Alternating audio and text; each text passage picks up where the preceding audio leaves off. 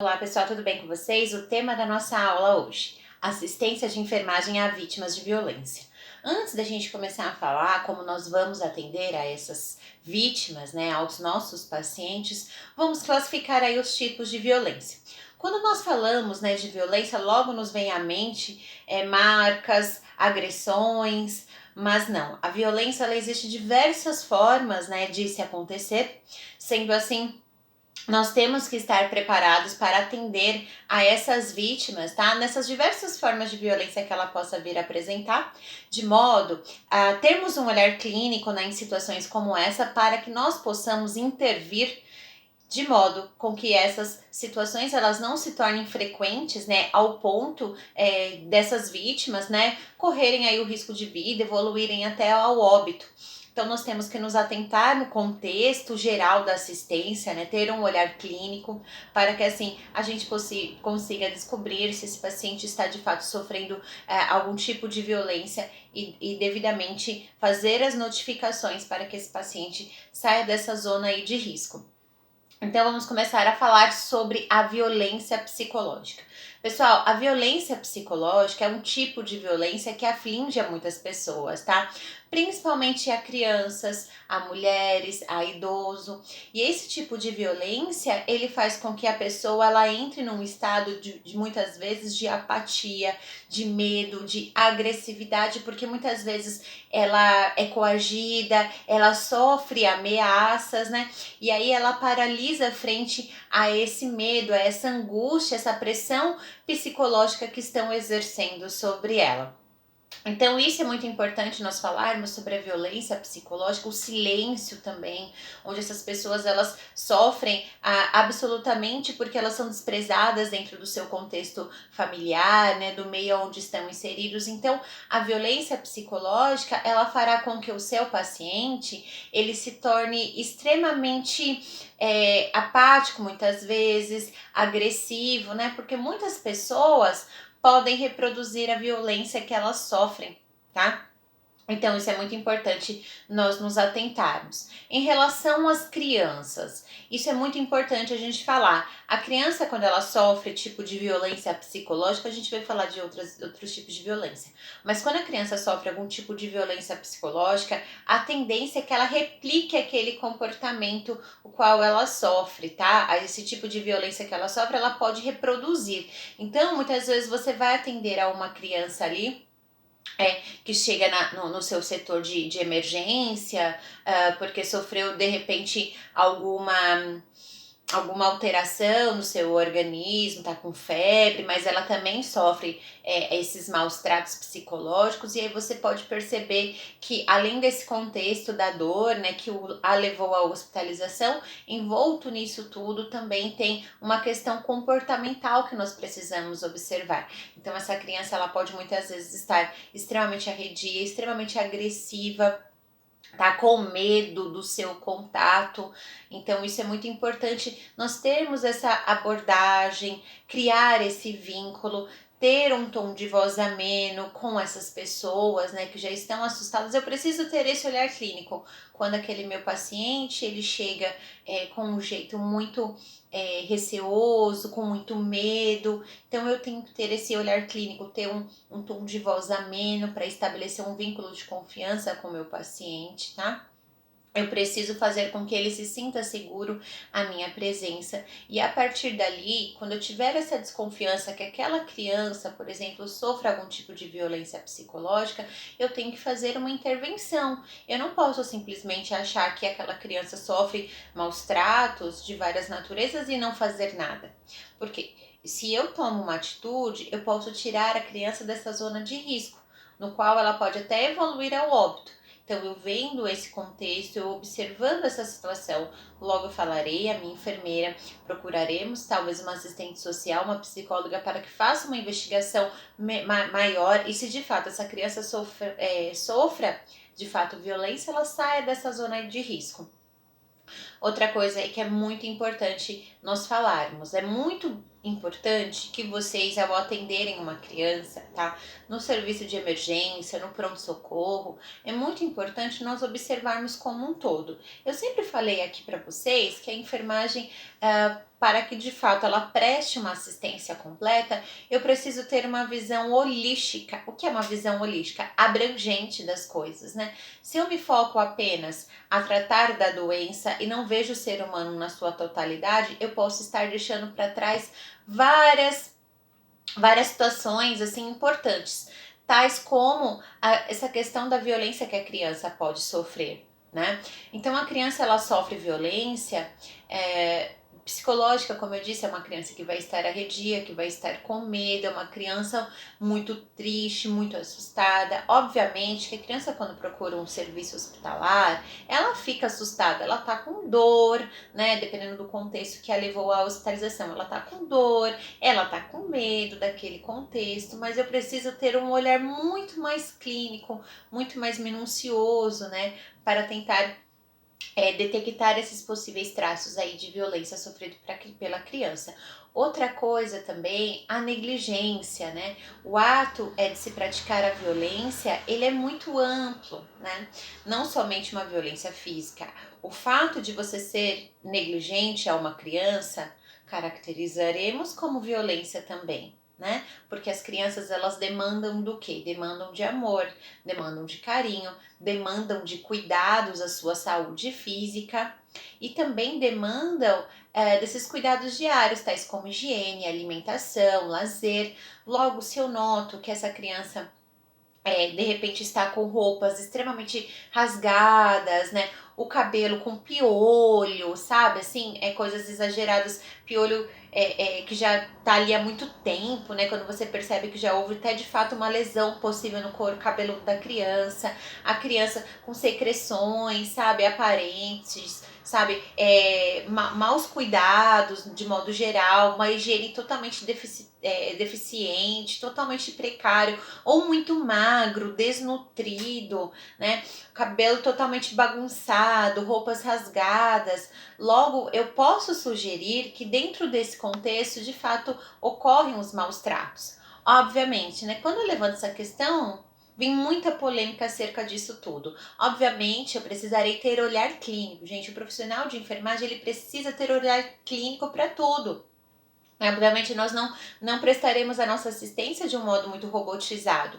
Obviamente, eu precisarei identificar essas situações e diferenciá-las de questões sociais, né? Quando a pessoa de fato não tem condição, mas a gente percebe essa diferença, né? A gente percebe quando é uma criança de um nível social desfavorecido, mas ainda assim ela é bem cuidada pelos pais.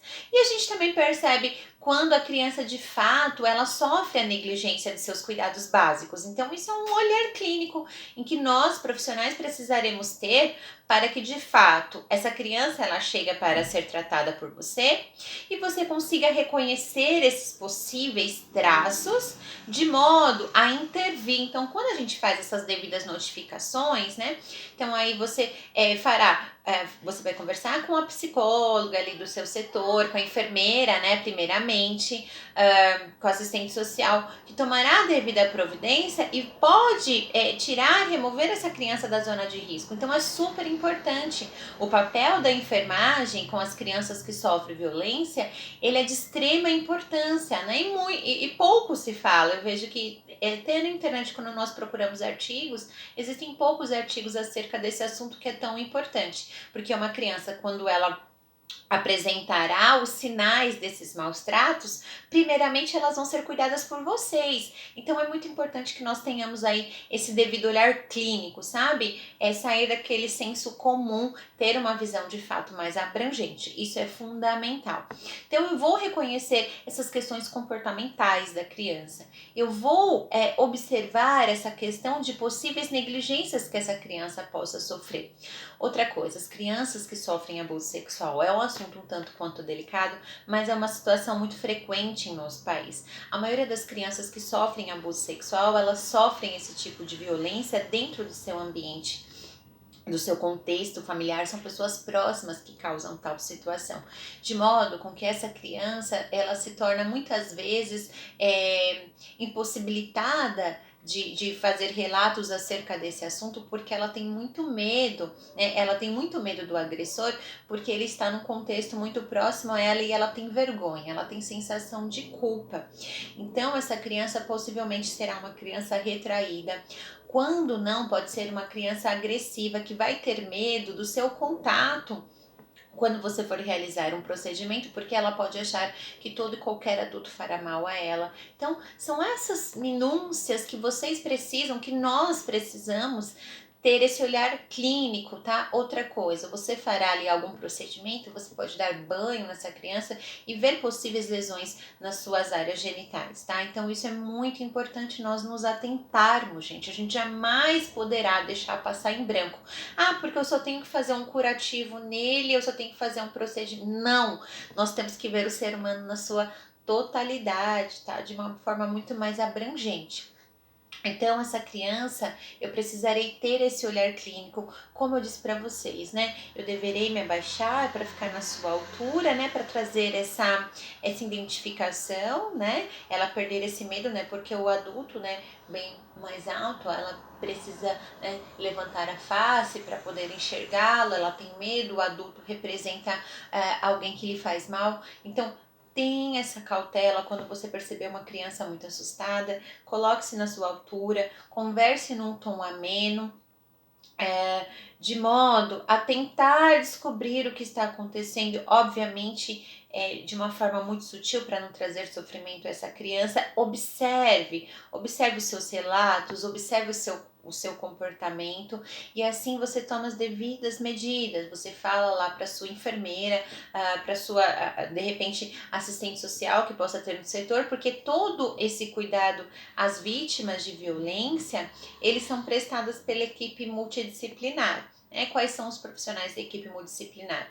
Auxiliar de enfermagem, técnicos de enfermagem, enfermeiros, médicos, assistente social, fonoaudiólogas, psicólogos. Então, são diversos profissionais, cada qual com a sua especialidade, que irá garantir o bem-estar dessa criança. Então, isso é fundamental. Essa visão, gente, é fundamental, porque muitas vezes essa criança ela pode dar entrada ali no serviço de emergência, no pronto-socorro, com sinais e sintomas da violência física, né? Ela pode ter tido uma crise convulsiva, essa criança pode ter apresentado febre em decorrência dessa violência sexual, ela pode ter, por conta da gravidade, né, da violência propriamente dita, ela pode apresentar um monte de sintomas, ela pode apresentar fraturas, ela pode apresentar hematomas espalhados pelo corpo. Então, num primeiro momento, o que levará à hospitalização serão as consequências da violência.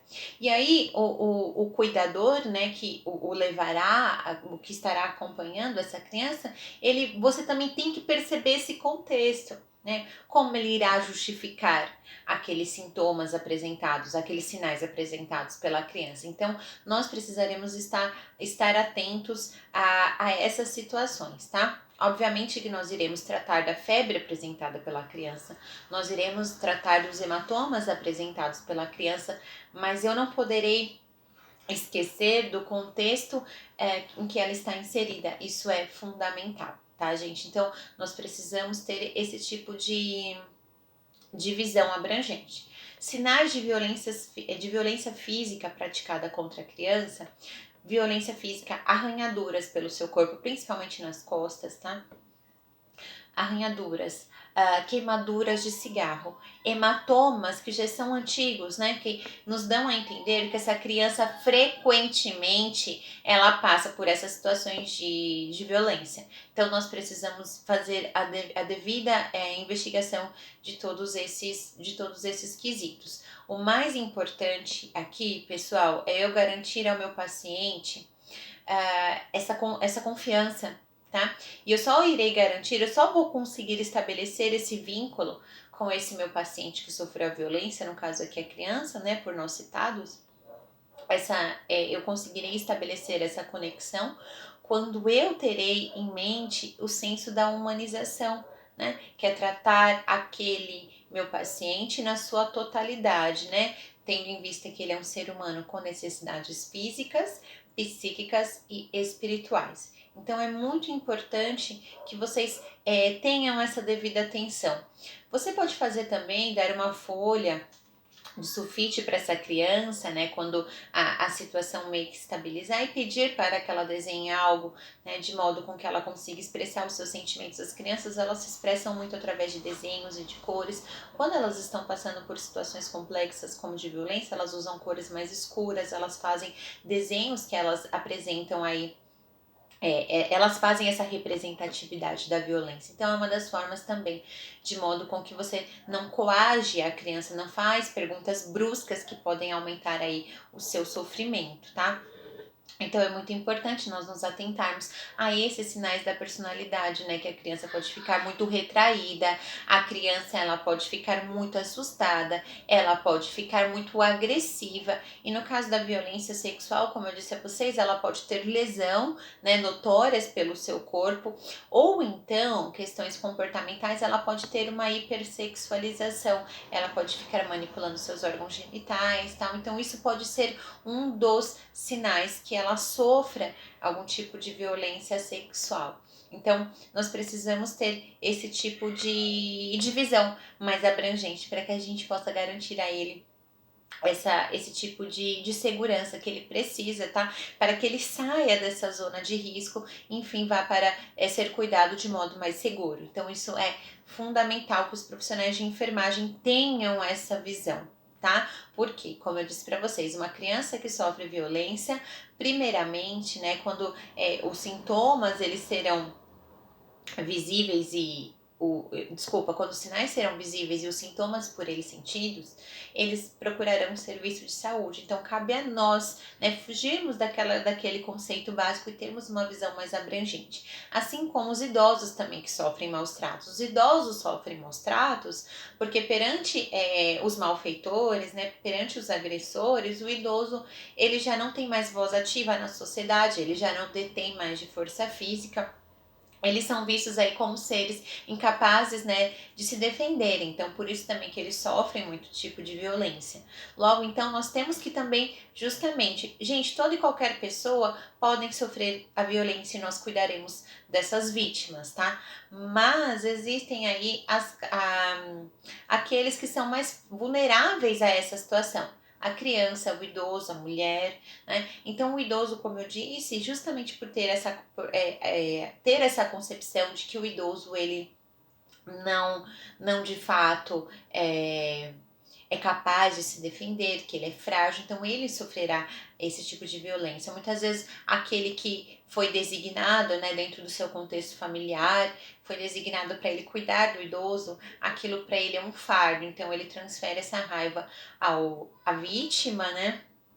Ou então, cuidadores profissionais também, como a gente observa muito, a gente vê muitos relatos na televisão, pessoas despreparadas e desqualificadas que prestam assistência assim, né? Uma assistência violenta a esse idoso de modo a comprometer a sua saúde física e a sua saúde mental. Então, nós temos que nos atentarmos em relação a isso. O idoso, ele vai apresentar muitos hematomas, ele pode apresentar fraturas. Então é sempre muito importante essa investigação. Mas como que aconteceu isso com o senhor? Sutilmente, tá, gente? Sem fazer com que o seu paciente ele se sinta coagido. Em alguns momentos, quando essa violência é praticada por alguém no contexto muito próximo a esse idoso, pode ser que ele queira até omitir a fim de defendê-lo.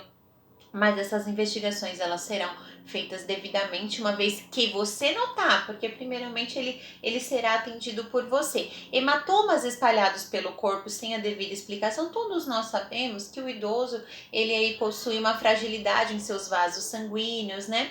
Eles tomam muito anticoagulantes, então o sangue ele tem aquele extravasamento mais significativo que resulta em hematomas. Porém, nós precisamos estar atentos aí Em relação a hematomas espalhados pelo corpo, né? Hematomas com aquela aparência de hematomas mais antigos, que pode nos dar a entender que esse paciente ele sofre maus tratos contínuos. A gente também, no aspecto físico desse paciente, mal cuidado, assim como a criança, tá, gente? A negligência do cuidado, ela também é um grande indicativo que esse idoso, que essa criança sofre maus tratos, tá?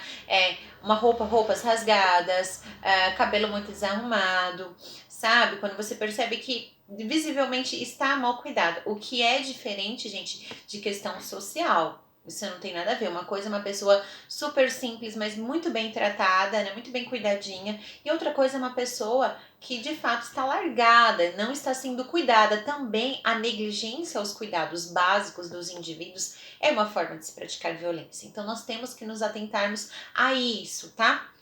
Então, na violência física, nos atentaremos a isso. A violência psicológica que o idoso pode sofrer é justamente aquela em que ele será coagido, em que ele será desprezado, em que ele não será inserido no contexto familiar, em que ele não será inserido no seu contexto social, em que ele será isolado. Isso faz também com que isso se caracteriza também como violência psicológica. Um idoso extremamente depressivo, um idoso extremamente assustado, né? Quando você vai fazer algum procedimento, quando você vai tocar de repente nesse paciente. Então nós temos de nos atentar a todas essas situações, tá, gente? E eu vou garantir, eu conseguirei prestar essa assistência eficaz quando eu deter daquele senso que eu expliquei para vocês, da humanização, que é ver o ser humano como um todo. Eu de forma alguma quero que sejam formados profissionais que façam aquilo que é designado a eles, somente acabou. Não, nós precisamos fazer a diferença, né? Ainda mais em situações tão complexas como da violência. Então, eu precisarei ver o meu paciente na sua totalidade, de modo a garantir uma assistência segura, tirá-lo dessa zona aí de risco. A violência às mulheres, né? A violência às mulheres, elas acabam se tornando cada vez mais frequentes.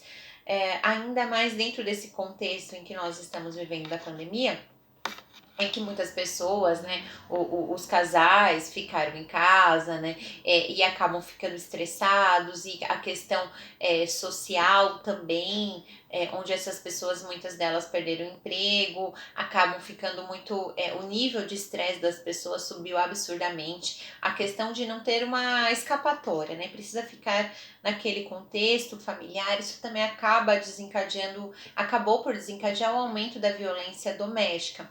Então, essa mulher, ela pode apresentar ali diversos sinais.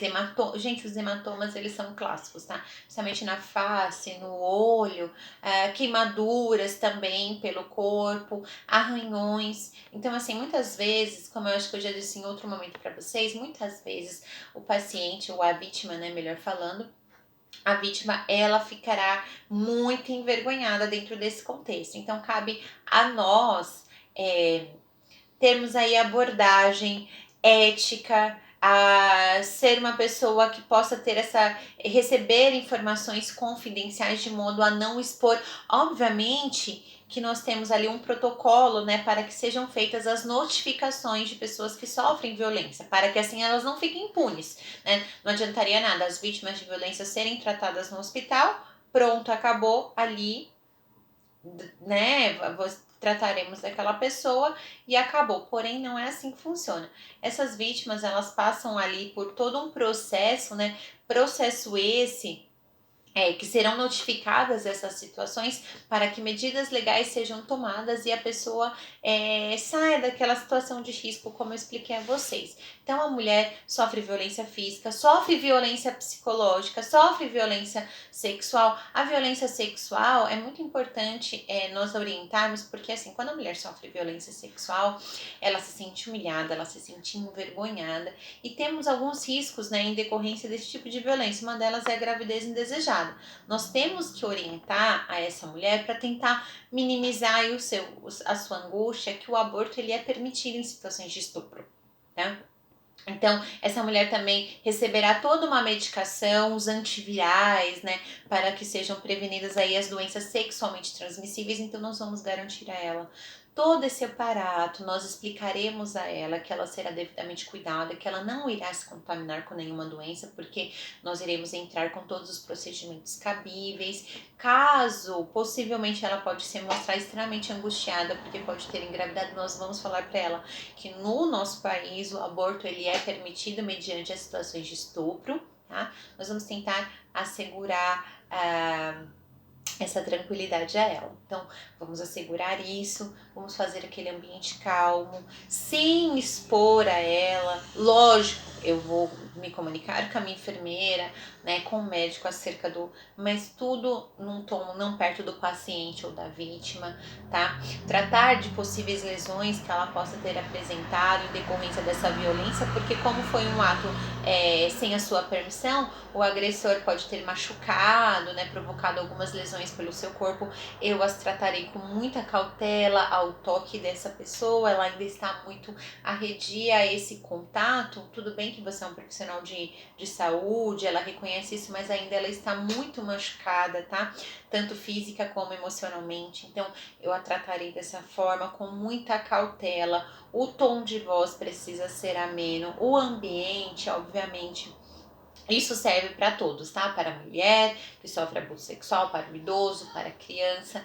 Então, eu transformarei esse ambiente o menos exaustivo o possível, para que assim, esse meu paciente, essa minha paciente tenha momentos menos traumáticos o possível, porque ela já está trazendo com ela experiências muito dolorosas e muito traumáticas. Obviamente, ela precisará ser acompanhada por um psicólogo, por um psiquiatra, mas antemão eu que prestarei os primeiros cuidados a esse paciente, né, que foi uma vítima de violência sexual ou violência física. Eu precisarei ter essa concepção, esse carinho e esse devido cuidado, tá? Então, gente, é fundamental que nós tenhamos essa visão mais abrangente. Então, eu não levarei em conta somente aquilo tão óbvio, eu precisarei ver todo esse contexto em que o meu paciente está inserido.